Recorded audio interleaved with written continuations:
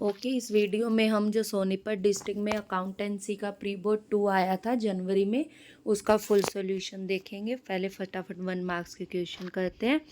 A B C partner है, ratio new ratio A और B की बतानी है, और जो सी है उसका वो सारा हिस्सा ए लेता है। तो न्यू रेशो के लिए सी का हिस्सा कितना है? 5 3 8 और 2। 9 मीन्स 10। 5 3 8 और 2 10। 2/10 है। 5/10 में 2/10 ऐड करेंगे, 7/10। तो बी तो कुछ नहीं ले रहा, बी का वही रहा 3/10। तो रेशो न्यू रेशो ही 7:3, ऑप्शन सी। सेकंड है रियलाइजेशन अकाउंट, कैसा अकाउंट है? Option A nominal account. Third है in the absence of partnership, निम्न में से कौन सा रूल अप्लाई होगा? इंटरेस्ट ऑन कैपिटल नहीं दिया जाता, ठीक है, ये रूल अप्लाई होगा। बाकी तीनों रूल जो है वो अप्लाई नहीं होते। एक फर्म सामान्य स्थिति में अन्य फर्मों से ज़्यादा लाभ अर्जित करती है, उसे क्या कहते हैं? जो अन्य फर्मों से ज़्यादा लाभ अर्जित हो रही है उसे कहते हैं सुपर प्रॉफिट। फर्म के विघटन के समय किया गया व्यय क्या कहलाता है? That is realisation expenses. Dash and dash account are prepaid in fix capital method. जब फिक्स कैपिटल होते हैं, जब 2 अकाउंट बनते हैं आपका, capital account and current account. 7वां क्वेश्चन आपका, यदि नया साझेदार अपने हिस्से की गुडविल कैश में नहीं लाता तो उसके कैपिटल के माध्यम से समायोजित किया जाता है। बिल्कुल गलत कह रहा है, जब वो कैश में नहीं लाता तो करंट अकाउंट से एडजस्ट किया जाता है, तो एक गलत है। एडजस्टमेंट से साझेदार की पूंजी कम हो जाएगी, वो ये कह रहा है कि साझे उससे पूंजी कम हो जाएगी, तो ये आर बिल्कुल ठीक कह रहा है। ये रहा पूंजी कम हो जाएगी, ये बिल्कुल ठीक कह रहा है। तो ए गलत है और आर ठीक है। जो ऑप्शन सी दिया हुआ है आपको, ए ऑप्शन डी दिया हुआ है, ए गलत आर ठीक है। 8वां है डिबेंचर सेव इनकम टैक्स, बिल्कुल ठीक कह रहे हैं। Interest on debenture tax deductible expenditure है, बिल्कुल ठीक कह रहे हैं। तो ए और आर ट्रू और आर ए की सही व्याख्या है। 9th है A company can not issue redeemable equity share, इसका सही आंसर होगा क्योंकि इक्विटी शेयर कभी रिडीमेबल होते ही नहीं है। तो रिडीमेबल इक्विटी शेयर कभी भी कंपनी इशू नहीं कर सकती। अंशों को रीइशू करने पर जो डिस्काउंट की राशि है वो डैश से अधिक नहीं हो सकती। आंसर इज पिछली प्राप्त राशि। 23rd क्वेश्चन है लॉन्ग टर्म सोल्वेंसी रेशो क्या इंडिकेट करती है? डेट इज डेब्ट इक्विटी रेशो, क्योंकि करंट और क्विक जो आपकी लिक्विडिटी रेशो है, नेट प्रॉफिट प्रॉफिटेबिलिटी रेशो, वो लॉन्ग टर्म सोल्वेंसी पूछ रहा है। आंसर ही डेब्ट इक्विटी रेशो। बैलेंस शीट में दिखाए गए कैश बैलेंस को फर्म के समापन पर कहाँ दिखाया जाएगा? आंसर हो गया कैश अकाउंट में। 25वां है purchase of fixed assets on long term deferred payment would result in outflow cash, बिल्कुल गलत कह रहा है। आपने एसेट जो खरीदी है वो बाद में पेमेंट करेंगे लॉन्ग टर्म में, तो कैश का कोई आउटफ्लो नहीं हुआ। A is wrong, there will be no flow of cash, ये बिल्कुल सही कह रहे हैं कि कैश का फ्लो नहीं हुआ। तो A is false, R is true. Answer आपका डी है, A is false, R is true. Company के 2 फाइनेंशियल स्टेटमेंट के नाम बताइए। आप एक बैलेंस शीट बता दीजिए, दूसरा इनकम स्टेटमेंट या ट्रेडिंग एंड P&L अकाउंट। 27वां प्रश्न है आपका,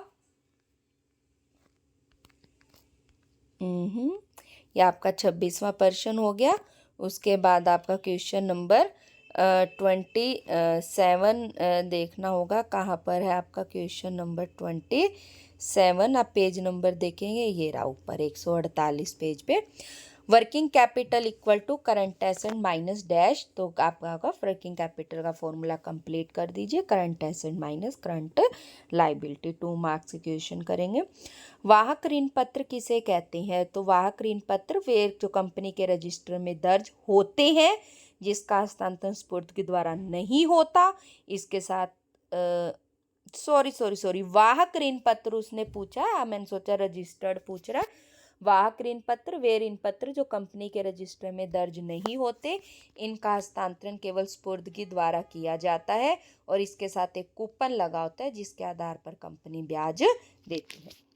12वां XYZ है 5 3 2, कैपिटल आपकी 5 lakh 3 lakh 2 lakh, interest on capital 10% per annum की जगह 8% लगा दी। टेबल शोइंग एडजस्टमेंट देखिए, जो आपका क्वेश्चन पेपर आया था उसमें कैपिटल गिवन नहीं थी, तो हमने कैपिटल अपने आप मान ली 5 लाख, 3 लाख, 2 लाख। आपके फाइनल पेपर में ऐसी गलती नहीं होती, और होती है तो आप क्वेश्चन को आधा अधूरा करें तो ग्रेस मार्क मिल जाते हैं। तो टेबल शोइंग एडजस्ट में सबसे पहले हम करते हैं क्या आपको सही है जो आपको देना चाहिए था। तो उसने कहा ना 10% नहीं दिया जो देना चाहिए था, तो इंटरेस्ट ऑन कैपिटल क्रेडिट हो जाएगा आपका 50,000, 30,000, 20,000, 1 लाख। और जो 8% ने दे दिया है गलती से उसे ठीक करेंगे तो उसे डेबिट कर देंगे 40,000, 24,000 और 16,000। ब्याज निकाला हमने 80,000। नेट इफेक्ट में देखेंगे क्रेडिट ऊपर सारा ज़्यादा है तो नेट क्रेडिट बचा 10,000, 6,000, 4,000, 20,000। इस 20,000 को डिवाइड कर देंगे इस 5-3-2 की रेशो में 10,000, 6,000, 4,000। तो अब यहाँ नेट इफेक्ट देखेंगे ये इक्वल आ गया, ये भी इक्वल आ गया, ये भी इक्वल आ गया, ये भी इक्वल आ गया। वैसे भी देखिए कैपिटल नहीं दे रखी थी तो वो कैपिटल के कारण हो गया, तो इसकी कोई एंट्री नहीं होगी, क्वेश्चन अधूरा सा दिया हुआ था ये आपका कैपिटल ना देने के कारण। आप इसके अथवा वाला क्वेश्चन कर लें। साझेदारी के 2 लाभ बताएं। पहला आप लाभ बता सकते हैं पूंजी में वृद्धि। एक अकेला व्यक्ति व्यवसाय में एक सीमा तक की पूंजी लगा सकता है, यदि व्यवसाय में अधिक पूंजी की आवश्यकता है तो साझेदारी उचित रहती है, और सभी साझेदार द्वारा लगाई गई पूंजी से व्यवसाय की पूंजी में भी वृद्धि होती है। नेक्स्ट है जोखिम का बंटवारा। व्यवसाय सदैव जोखिमपूर्ण होते हैं, व्यवसाय हानि का खतरा बना रहता है, इसलिए साझेदारी में जो हानि है वो अकेला व्यक्ति सहन नहीं करता, सभी साझेदारों में बट जाती है। 13 क्वेश्चन है राजन और रजनी कैपिटल है उनकी 3 लाख और 2 लाख, प्रॉफिट 1.5 लाख हुआ, गुडविल की वैल्यू निकालनी है, capitalization of average profit method. जल्दी से 1.5 लाख गुना 100/20 करके capitalize value of average profit निकाल लेंगे हम। ये आपका आया इस तरफ पेज पे 7,50,000। कैपिटल एम्प्लॉयड के लिए दोनों की कैपिटल ऐड कर देंगे 5 लाख, तो गुडविल होगा capitalised value of average profit minus capital employed. 7.5 lakh में से 5 लाख कम करेंगे 2.5 लाख। नेक्स्ट क्वेश्चन है गुडविल एवरेज प्रॉफिट मेथड से कैसे निकालेंगे। थ्योरी पूछ रहे हैं तो पहले एवरेज प्रॉफिट मेथड देंगे। इस विधि में गुडविल की गणना करने के लिए सबसे पहले एवरेज प्रॉफिट निकालेंगे। एवरेज प्रॉफिट का फॉर्मूला बता देंगे, average profit equal to total profit upon में नंबर ऑफ ईयर। इसके बाद एवरेज प्रॉफिट को नंबर ऑफ ईयर परचेज से गुना करके गुडविल निकाल देंगे, goodwill equal to average profit गुना में number of years purchase. Next आपका क्वेश्चन नंबर 14। XY पार्टनर है, रेशो है 3:1, जेड 1/3 के लिए आया, न्यू रेशो आपको निकालनी है। तो नए पार्टनर का केवल हिस्सा दिया हुआ, फटाफट 1 - 1/3 करके रिमेनिंग प्रॉफिट को 3 और 3:1 में उनको दे देंगे। 2/3 गुना 3/4, 2/3 गुना 1/4, और 1/3 जो उसका नया पार्टनर है उसकी डिनोमिनेटर को इक्वल करेंगे, 4/4 रेशो होगी। 6 2 4, 2 से काट देंगे, 2 तिया 6, 2 एकम 2, 2 दूनी 4, 3 1 2 आपकी सही आंसर हो गया। उसके बाद आप देखेंगे क्वेश्चन नंबर 14 के बाद क्वेश्चन नंबर 15। प्रीति, सुनीता और रवि पार्टनर्स है। प्रीति की डेथ हो जाती है और जब प्रीति की डेथ हुई उस वक्त तक सेल 5,60,000 हो चुकी थी, और 2021 में सेल 6 लाख थी, प्रॉफिट आपका 1.5 लाख था। बिक्री के अनुसार आपको इसका लाभ निकालना है, तो सबसे पहले प्रॉफिट ऑफ फर्म निकालेंगे। लास्ट ईयर प्रॉफिट 1.5 लाख बटे में पिछले साल की सेल 6 लाख गुना में इस साल की सेल 5,60,000, कैलकुलेट करेंगे 1,40,000। ये फर्म की सेल है। प्रीति का हिस्सा निकालेंगे जो उसकी रेशो है 2/5, 1,40,000 का 2/5 करेंगे तो 28,000 काट के 28 दूनी 56,000 प्रीति का प्रॉफिट में हिस्सा आ गया। उसके बाद करेंगे क्वेश्चन नंबर 28।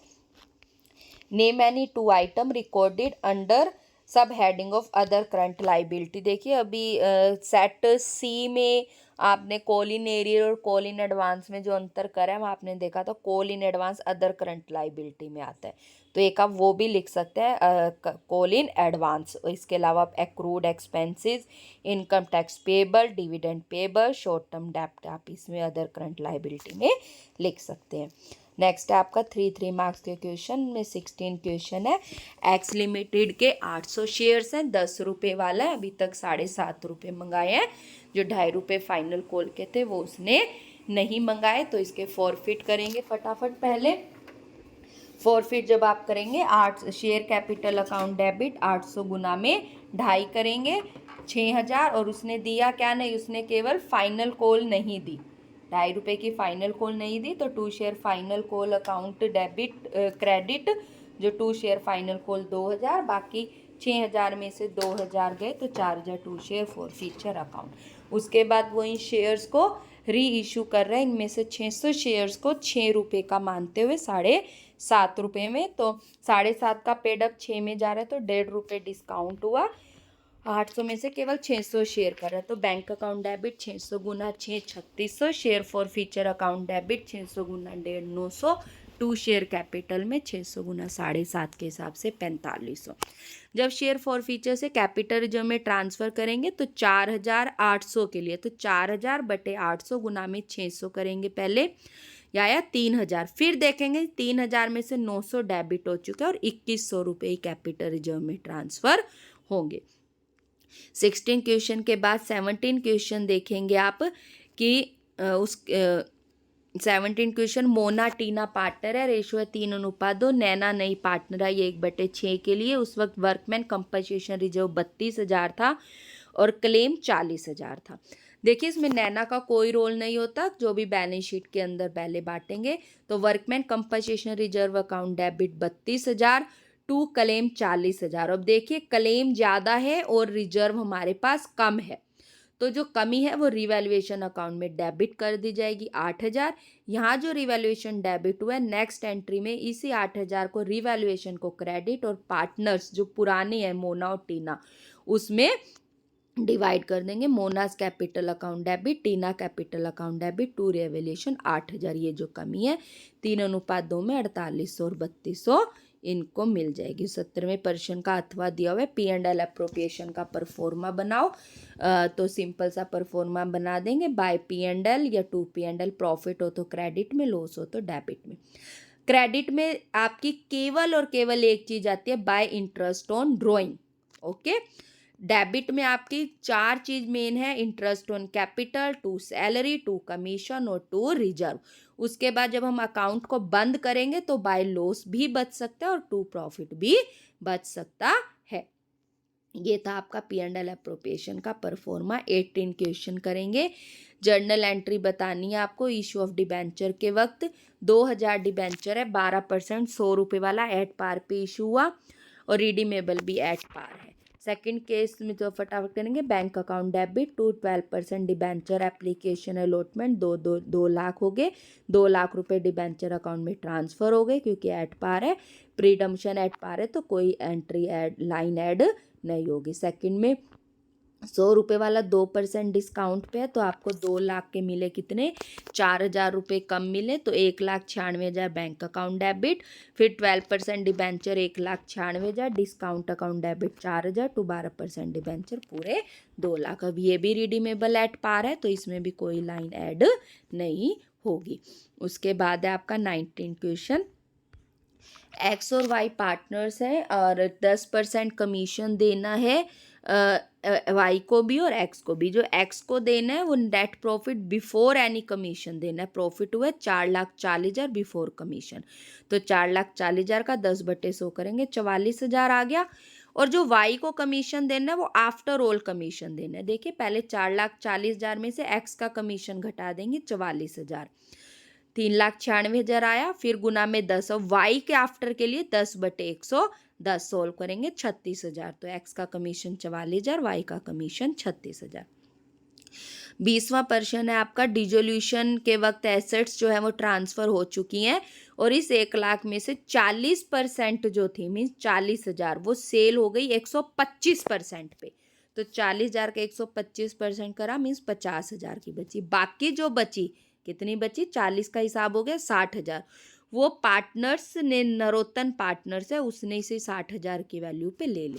तो जो बिका bank account debit to realization, asset नहीं टू रियलाइजेशन, और जो पार्टनर ने ले ली तो partners capital account debit to realization, ठीक है। Bank account debit to realization और नरोत्तम कैपिटल टू 6 लाख। अच्छा तो ये एंट्री कर सकते हैं realization account debit to assets. जो ट्रांसफ़र हुए हैं। 20वां प्रश्न है, एडमिशन ऑफ पार्टनर के वक्त एसेट और लाइबिलिटी का पूर्ण मूल्यांकन क्यों किया जाता है? ये आपका 20वें का ही दे रखा है और उस वक्त जर्नल एंट्रीज देनी है आपको। तो जब भी कोई नया साझेदार फर्म में प्रवेश करता है तो वह जानना चाहते हैं कि पुस्तकों में संपत्ति और दायित्व का मूल्य दिखाया गया है वो सही है या नहीं, और संपत्ति और दायित्व के मूल्य में परिवर्तन होने के कारण जो लाभ हानि हुआ है उसको ज्ञात करने के लिए रिवैल्यूएशन अकाउंट बनाया जाता है। ये आपका नॉमिनल अकाउंट होता है।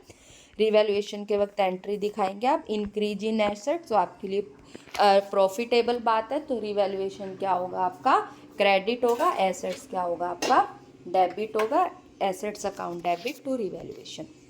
डिक्रीज इन एसेट्स में आपके लिए लॉस की बात है तो रिवैल्यूएशन अकाउंट डेबिट होगा to assets account. Increase in liability फिर लॉस की बात है, revaluation account debit to liability. Decrease in liability फिर प्रॉफिटेबल बात है, रिवैल्यूएशन क्रेडिट होना है तो लाइबिलिटी डेबिट होगी, liability account debit to revaluation. अगर प्रॉफिट हुआ तो revaluation account debit to partners capital account in old ratio, और अगर लॉस होता है तो partners capital account debit to revaluation in old ratio. 29वां क्वेश्चन है, net revenue from operation 30 lakh दिया हुआ था, कॉस्ट दे रखी है 20 lakh, net profit 3 lakh, non current asset 6.5 lakh, current asset 6 lakh, current liability 2 lakh. आपको gross profit ratio, net profit ratio, working capital turnover ratio निकालनी है। तो आप तीनों का फॉर्मूला देखेंगे, gross profit upon revenue from operation गुना में। सो यहाँ से आपको रिवेन्यू फ्रॉम ऑपरेशन तो 30 लाख डायरेक्ट मिल गया। ग्रॉस प्रॉफिट कैसे हो जाएगा, रिवेन्यू में से कॉस्ट घटा देंगे, तो 30 लाख में से 20 लाख घटाएंगे, 10 लाख आपका ग्रॉस प्रॉफिट हो, 10 लाख बटे 30 लाख गुना में 100 करके आंसर। जब आप नेट प्रॉफिट रेशो निकालेंगे तो नेट प्रॉफिट आपका 3 लाख दिया ही हुआ है और अपॉन में रिवेन्यू फ्रॉम ऑपरेशन गुना में 100, तो आपका 3 लाख बटे 30 लाख गुना में 100, ये आपको दोनों चीज़ें डायरेक्ट दी हुई है। Next working capital turnover ratio का formula, revenue from operation upon working capital. Revenue from operation 30 lakh direct दिया हुआ है, करंट एसेट्स और करंट लाइबिलिटी दी हुई है, इनको 6 लाख में से 2 लाख माइनस करेंगे, 4 लाख आपकी वर्किंग कैपिटल आ गई और 7.5 आपका वर्किंग कैपिटल टर्नओवर रेशो आ गया। देखिए प्रॉफिट रेशो जो है, ग्रॉस प्रॉफिट नेट प्रॉफिट वो परसेंटेज में निकालेंगे, working capital turnover ratio times में निकालेंगे। 21वां क्वेश्चन है आपका, ए और बी पार्टनर्स हैं और डिसोल्यूशन हुआ, तो आपको इसमें रियलाइजेशन अकाउंट बनाना है और मतलब आपको बैलेंस शीट दी हुई है, आप स्टेटमेंट अपने पेपर से देख सकते हैं। वैसे आपकी एसेट्स जो थी वो सारी ट्रांसफ़र करी गई हैं, 2 debtors 40,000, 2 stock 54,800, 2 machinery 40,000, 2 land and building 1,20,000, ये ट्रांसफ़र है। बाय प्रोविजन जो डेटर्स का दे रखा है वो क्रेडिट साइड लिखेंगे 1,800 और बाय क्रेडिटर्स 20,000, ये भी स्टेटमेंट बैलेंस शीट ट्रांसफ़र है। उसके बाद जो आपको एडिशनल इन्फॉर्मेशन दी हुई थी, एक इन्फॉर्मेशन दी हुई थी कि जो क्रेडिटर्स की पेमेंट है वो 1,000 कम की गई है, तो आपका 20 थी 19,000 की पेमेंट हुई, रियलाइजेशन एक्सपेंसेस 1,200 में, और ये दे रखा था एसेट से इतनी राशि प्राप्त हुई है, स्टॉक से इतनी, मशीनरी से इतनी, डेटर से, लैंड एंड बिल्डिंग सब क्वेश्चन में था, सबको जोड़ा 2,62,000। अकाउंट को बंद करेंगे, 2,83,800, ये आपका 8,800 प्रॉफिट आ गया जो ए और बी में 3:2 में बांट देंगे। ये आपका 21वें प्रश्न में केवल रियलाइजेशन अकाउंट बनाना था। 22वें प्रश्न में एक्स लिमिटेड इशू करें 40,000 इक्विटी शेयर, 10 रुपये वाला 2 रुपये प्रीमियम पर, एप्लीकेशन पर 4 रुपये, अलॉटमेंट पर 5 रुपये, कॉल पर 3 रुपये, अलॉटमेंट के वक्त 2 रुपये प्रीमियम भी है। 6 लाख के बदले 4 लाख करे तो 48,000 को 40,000 दिए, या डिफरेंस 32,000 अलॉटमेंट पर कवर हो जाएंगे, जिन 12,000 को नील दिए उनके 48,000 रुपये हम वापस कर देंगे।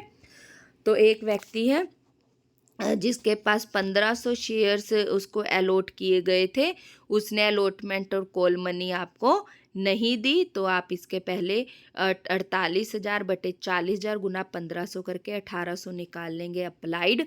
1,800 में से 1500, 300 गुना 4, 1,200 रुपये हमारे पास उसके पहले से अलॉटमेंट के आए हुए हैं।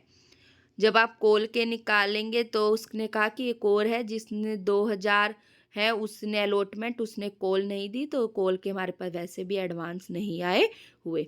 तो अब आप निकालेंगे, अब 3500 शेयर को बाद में फॉरफिट कर देना और बाद में इन्हीं को 2 रुपये डिस्काउंट 8 में रीइशू कर देना। फटाफट देखेंगे।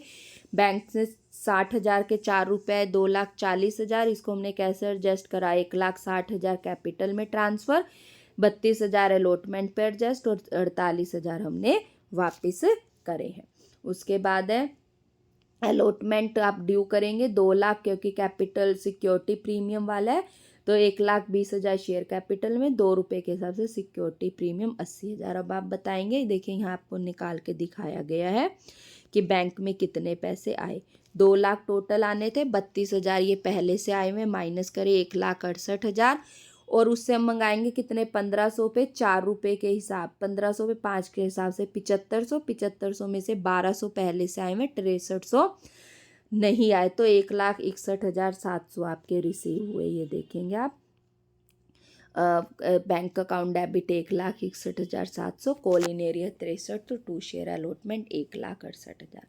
फर्स्ट कॉल को ड्यू करेंगे, share first call account debit 2 share capital 1,20,000। जब इसको रिसीव करेंगे तो आप देखेंगे कि 10,500 उसने नहीं दिए। ये देखिए यहाँ दिया रखा था 3500, ये 2,000 ने नहीं दिए आपके, तो 2,000 के 3 रुपये के हिसाब से कितने हुए आपके इस कॉल के, 6,000 रुपये।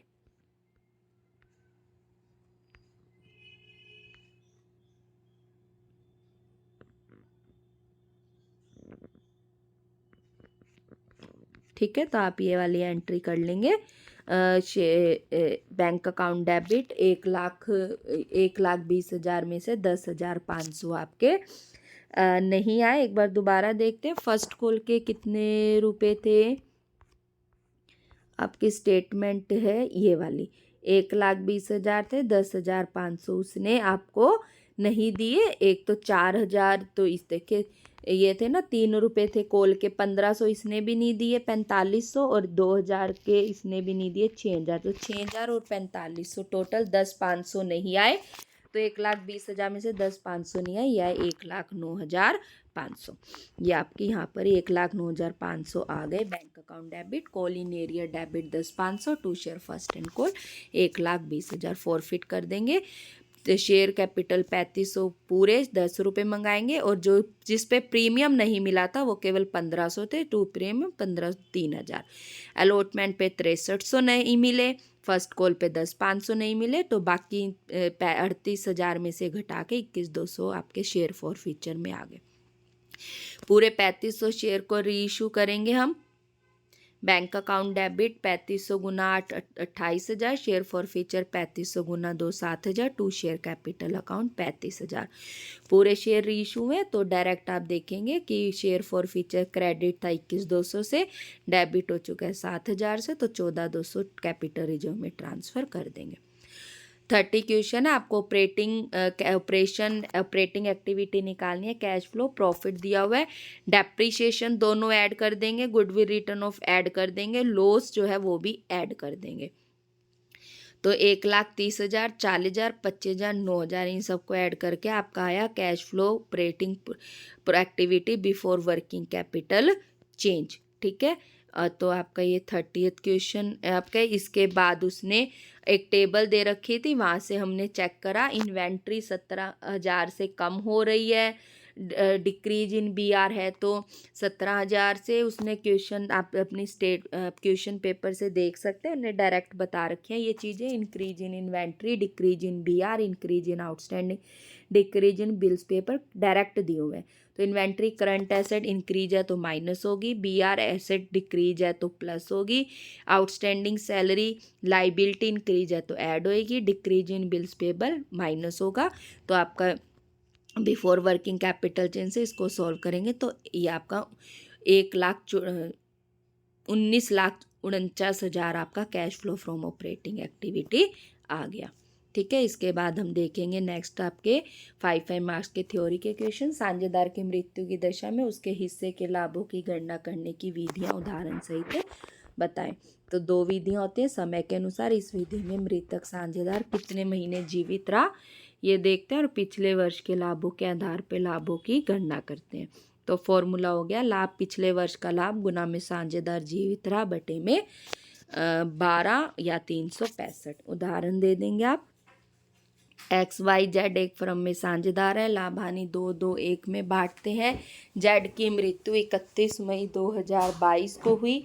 पिछले वर्ष 6 लाख का लाभ हो गया, खाते 31 मार्च को बंद हो गए। तो 6 लाख का लाभ हुआ, 6 लाख गुना में वो जीवित रहा कितने महीने, अप्रैल मई 2 महीने। 6 लाख गुना में 2/12 करके और आपका आंसर आ जाएगा 1 लाख, उसमें उसका हिस्सा 1/5 करके 20,000। बिक्री के अनुसार इस विधि में पिछले वर्ष कितना लाभ कितनी बिक्री हुई, साझेदार कितने वर्ष जीवित रहा, इसके आधार पर देखते हैं। फॉर्मूला लिखेंगे पिछले वर्ष का लाभ बटे में पिछले वर्ष की बिक्री गुना में इस वर्ष की बिक्री। उदाहरण जब लेंगे पार्टनर लेंगे, पिछले वर्ष किसी की भी मृत्यु बता देंगे जिस तरह हमने जेड की बताई। जेड की मृत्यु तक की बिक्री बता देंगे, पिछले वर्ष की बिक्री और प्रॉफिट बता देंगे। 31 मार्च को खाते बंद होते हैं। फर्म का लाभ पिछले वर्ष का लाभ बटे में पिछले वर्ष की बिक्री गुना में इस वर्ष की बिक्री करके 2.5 लाख बटे 7.5 लाख गुना में 1.5 लाख डिवाइड करके 50,000। फिर इसमें जिसकी डेथ हुई है उसका हिस्सा 1/5 10,000। 22वां प्रश्न है what do you mean by forfeiture of share, give journal entry at the time of forfeiture और reissue of share, explain with example. देखिए बहुत ही ज़्यादा इंपॉर्टेंट क्वेश्चन है आपका ये वाला। तो फॉरफीचर ऑफ शेयर का पहले मीनिंग बता देंगे। जब कोई अंशधारी समय पर अपने अंशों की कंपनी द्वारा मंगाई गई बकाया राशि नहीं चुका पाता तो उसके अंशों को जब्त कर दिया जाता है। फॉरफीचर के वक्त 3 केस हैं। इशू एट पार है तो आप उदाहरण लेंगे 400 शेयर है, 10 रुपये वाला इशू एट पार था, पे हुए 4 तो पे नहीं हुए 6। तो शेयर कैपिटल 400 गुना 10 4,000, टू कॉल इन एरिया 6 रुपये के हिसाब से 2400, टू शेयर फॉरफीचर 16,000। फिर आप दे देंगे next case issue at premium and premium received. अगर रिसीव्ड हो चुका है तो आप लेंगे 410 रुपये का एक 12 रुपये में इशू, आप पेड उसने 6 रुपये करा, रिसीव कर दिया। तो अब इस 2 रुपये को भूल जाओ, रिसीव हो गया तो उसको हम भूल जाएंगे, हम केवल 10 के हिसाब से ही करेंगे। हम कहेंगे 10 में से हमने पूरे 10 400 गुना 10 4,000 जो कॉलिन एरियर है वो आपके 10 में से आप बताएंगे कि 6 रुपये ही रहते हैं क्योंकि आप केवल 4 को मानेंगे, प्रीमियम को नहीं मानेंगे। टू शेयर फॉर फीचर 400 गुना 4 1600 रुपये। अगर प्रीमियम रिसीव्ड नहीं होता तो आप प्रीमियम को काउंट करेंगे 10 रुपये 12 रुपये में, पेड ओनली 4 रुपये एप्लीकेशन के। तो आप पहले 400 गुना 10 शेयर कैपिटल में दिखाएंगे, अब प्रीमियम जरूर लेंगे। सिक्योरिटी प्रीमियम रिजर्व 400 गुना 2 800, टू शेयर अलॉटमेंट 400 गुना 8 3200 रुपये जो उसने अभी तक नहीं दिए हैं, और 400 गुना 4 जो आपके आ चुके हैं 4 रुपये केवल एप्लीकेशन के। फिर आप रीइशू बताएंगे। जब आप शेयर को फॉरफिट करते हैं तो उन्हें आप एट पार एट प्रीमियम या एट डिस्काउंट पर रीइशू कर सकते हैं। एट पार पे करेंगे 400 शेयर 10 रुपये वाला रीइशू 10 में तो bank account debit, to share capital 4,000। जब भी रीइशू होता है, जब शेयर फॉरफीचर कैपिटल रिजर्व में ट्रांसफर होता है, आप मान लेंगे कि 2400 फॉरफीचर ऑलरेडी क्रेडिट है तो अब ये 2400 यूँ के यूँ कैपिटल रिजर्व में ट्रांसफर क्योंकि डेबिट नहीं हुआ। अगर एट प्रीमियम करते हैं 10 रुपये वाला 12 रुपये में तो बैंक में आए 12 रुपये 4800, to share capital 4,000, to security premium 800। फिर से आप मान लेंगे शेयर फॉरफीचर क्रेडिट है 2400 जिसे कैपिटल रिजर्व में ट्रांसफ़र कर देंगे। थर्ड केस में डिस्काउंट, जब फॉरफीचर शेयर को डिस्काउंट पर इशू किया जाता है तो निम्न जर्नल एंट्री होगी। 10 वाला 8 में हुआ तो bank account debit 3200, share forfeiture account debit 800, to share capital account 4,000। फिर अब 4,000 में से हमने माने 2400 क्रेडिट है, 1600 4 में से 2400 में से 800 कम करके 1600 रुपये कैपिटल रिजर्व में ट्रांसफ़र करेंगे। कुछ इंपॉर्टेंट नोट है, जब शेयर्स को डिस्काउंट पर इशू किया जाता है तो डिस्काउंट की राशि पिछली प्राप्त राशि से अधिक नहीं हो सकती, और जब शेयर्स को रीइशू में ट्रांसफ़र किया जाता है, जब शेयर फॉरफीचर का अमाउंट उसी रेशो में कैपिटल रिजर्व में ट्रांसफ़र जरूर किया जाता है। इसी में नेक्स्ट दिया हुआ था कि आपको cash flow statement imaginary figure से बनानी है, तो आप सबसे पहले बड़ा अच्छा सा परफॉर्मा बनाएंगे। Cash flow statement for their and indirect method, cash flow from operating activity, net profit before tax 1 lakh, add, ये आपने इमेजिनरी ली है। एक ऐड करेंगे depreciation, goodwill, interest paid, loss on sale of furniture 50,000, 20,000, 2,000, 3,000, ये 1,75,000। लेस कर देंगे डिविडेंड रिसीव्ड और profit on sale of building 1,70,000। ये सब इमेजिनरी है। Operating profit before working capital change आ गया। Decrease in current asset, increase in current liability ले लेंगे 1,75। Increase in current asset, decrease in current liability less कर देंगे 1,72। Income tax paid कर देंगे 20,000। Net cash flow from operating activity आ गया 1,52,000। Investing activity में sale of furniture 5,00,000, sale of building 3,00,000। देखिए क्योंकि आपने फर्नीचर और बिल्डिंग पे आपने जो ये दिखा रखा है, बिल्डिंग पे, और बिल्डिंग पे फर्नीचर पे लॉस दिखा रखा है और बिल्डिंग पे प्रॉफिट दिखा रखा है, तो इसकी सेल आपको ज़रूर दिखानी है। मशीनरी की परचेज दिखा देंगे, क्योंकि आपने मशीनरी पे कि हमने एक परचेज दिखा दी और परचेज ऑफ इन्वेस्टमेंट दिखा देंगे, दो चीज़ माइनस में दिखा देंगे। डिविडेंड रिसीव्ड, क्योंकि ऑपरेटिंग के वक्त डिविडेंड रिसीव्ड लिया है तो वो यहाँ पर लेना ज़रूरी है, जब भी इमेजिनरी फिगर क्लियर होंगी। तो आपका कैलकुलेट करके 6,91,000। फाइनेंसिंग में इशू ऑफ शेयर्स दिखा देंगे, इशू ऑफ डिबेंचर दिखा देंगे, रिडम्पशन ऑफ डिबेंचर। ऑपरेटिंग के वक्त जो इंटरेस्ट पेड है वो यहाँ लेना जरूरी है 2,000। Cash flow from financing activity, अब इसमें इमेजिनरी आप कैश फ्लो ये आपका आ गया 26। आप ओपनिंग बैलेंस कुछ भी लिख के और क्लोजिंग बैलेंस आपका ये मैच होता है। ये मैंने जो नेट कैश फ्लो लिखा है, आप इसकी जगह नेट कैश इंक्रीज और decrease from cash flow statement better रहेगा। कैश इंक्रीज और डिक्रीज कैश फ्लो स्टेटमेंट आपका ये बेटर रहेगा। आप इसका वर्किंग विदाउट फिगर आप इसका ये सिखा सकते हैं। Net profit before tax difference लेना होता है। Transfer to reserve, proposed dividend previous year का, इंटरिम डिविडेंड करंट ईयर का, और टैक्स मेड करंट ईयर का जो होता है वो आप ऐड करेंगे। रिफंड ऑफ टैक्स लेस करेंगे, ये आपका प्लस माइनस किसी में भी आ सकता है, ये हम वहाँ पर लेकर जाते हैं। इसके इमेजिनरी फिगर देने की ज़रूरत नहीं है। वैसे ये वाला क्वेश्चन आपके अलग से मैंने एक वीडियो में भी दिया हुआ है, देखिए आपका कंप्लीट पेपर हो गया। इस पेपर में अगर देखा जाए तो 5 मार्क्स का क्वेश्चन नंबर 22 और क्वेश्चन नंबर 23 डिफरेंट है बट इम्पोर्टेंट है। इस कि आप इस पूरे पेपर को बहुत अच्छे से कर लेना, और जो इसके 5 मार्क्स के थ्योरी के क्वेश्चंस है उसको जितने ज़्यादा अच्छे तरीके से करो उतना ज़्यादा बेटर है, क्योंकि जब क्वेश्चन आपका पेपर थोड़ा सा भी टफ करने की कोशिश करता है या थोड़ा कॉम्प्लिकेटेड, तो इन क्वेश्चंस को वो डाल सकता है। तो इस वीडियो में जो 5 मार्क्स के क्वेश्चन है उसको बहुत अच्छे तरीके से आपको करने हैं। 4 मार्च को जो आपका अकाउंटेंसी का पेपर है उसके लिए ऑल द बेस्ट।